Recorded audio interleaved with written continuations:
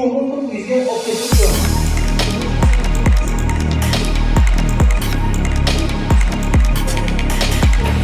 Assalomu alaykum hurmatli kuzatuvchilar. Hozir treningdamiz. Hayitmurod akamiz ko'rib qoldik. Bizni eski tanishimiz bizga zaifga qoldirib xarid qilmagan ekanlar. Nima sababdan shu kamchilikni o'rganish uchun so'raganimizda o'zini tajribalarini aytib berdi. Kelinglar yaxshi o'zidan eshitib qo'ya qolamiz. Assalomu alaykum. Avvalambor Jamshid aka bilan taxminan 1 yildan beri tanishmiz. Ularga aloqaga chiqqanmiz sammoyka bo'yicha. Bularda narx yuqoriroq bo'lgan. Biz hisobga olmaganmiz. Mana 4 ta boksda taxminan 1,5 ming dollar atrofida tejalarkan deb boshqa hamkorlardan olganmiz.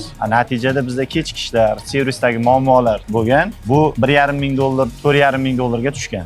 Doimiy ishlash davomida, servisdagi kamchiliklar davomida bizda pul yo'qotishlar ko'p bo'lgan. Shuning uchun tavsiya qilgan bo'lardim. Mabodo masalan sotib olayotgan stanoklaringiz yo bo'lmasam shu apparatlaringizda nimalar berilyapti, qanaqa servislar berilyapti, vaqti qanaqa, shularni taqqoslashlaringizni so'rardim. Chunki pul hozir tejashingiz mumkin, keyingi sifatsiz narsalarda pul yo'qotishingiz ham mumkin. Jamshid akaning ishlariga omad tilaymiz.